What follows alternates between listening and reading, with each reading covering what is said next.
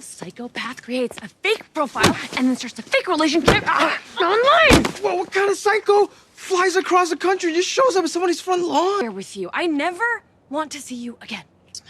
Well, that's just something people say. J'ai rencontré Josh sur une application de rencontre. Avant lui, j'avais déjà vécu 3 relations en ligne. Le premier homme ne ressemblait pas du tout à ses photos. Le deuxième était déjà marié. Le troisième m'a tout simplement posé un lapin. Après toutes ces déceptions, j'avais complètement perdu confiance dans les rencontres en ligne. Je me suis donc entièrement consacrée à mon travail. Puis un jour, une amie m'a donné un conseil. Elle m'a dit de ne pas limiter mes recherches à un rayon de 5000. Puis elle m'a aidé à élargir mes recherches à tout le pays. Ce soir-là, j'ai ouvert l'application chez moi. Un garçon asiatique a immédiatement attiré mon attention. Il s'appelait Josh, il était séduisant et semblait très sociable. Il correspondait exactement à l'homme que je recherchais. Alors je lui ai envoyé le premier message. Nous avons commencé à discuter. Nous avions les mêmes centres d'intérêt et les mêmes valeurs. Notre première conversation a duré jusqu'au milieu de la nuit. Le lendemain, j'ai montré sa photo à mon amie. Elle est immédiatement devenue méfiante. 6 photos sur un profil, ça ne veut rien dire. Tu te souviens du dernier homme que tu as rencontré? Au final, il avait presque 20 ans de plus que sur ses photos. Elle ne voulait pas que je sois blessée une nouvelle fois. Elle a demandé à Josh de nous envoyer une photo récente. Puis, elle l'a appelé avec mon téléphone. Pendant que nous nous disputions le téléphone, il est tombé par terre. J'ai essayé d'expliquer la situation à Josh, mais il avait déjà entendu toute notre conversation. Quelques instants plus tard, il a envoyé une photo de lui, en tenant une feuille, avec mon prénom écrit dessus. Mon ami a enfin été rassuré. À partir de ce jour, nous sommes restés au téléphone presque tout le temps. Nous regardions les mêmes films, en même temps. Nous parlions pendant la séance, et j'avais vraiment l'impression qu'il était assis à côté de moi. Mes sentiments pour lui devenaient de plus en plus forts. Je rêvais, désormais, de le rencontrer en vrai. Il m'a invité à passer Noël avec lui, sur la côte Est. J'ai immédiatement demandé des congés, et j'ai préparé mes valises. This is insane.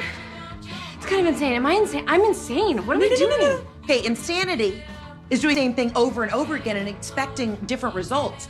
You, my friend, are about to fly 3,000 miles to meet up with a guy who is literally the polar opposite of anybody you've ever dated before. So, oh my God, the mother of all ironies is this might be the most sane thing you've ever done.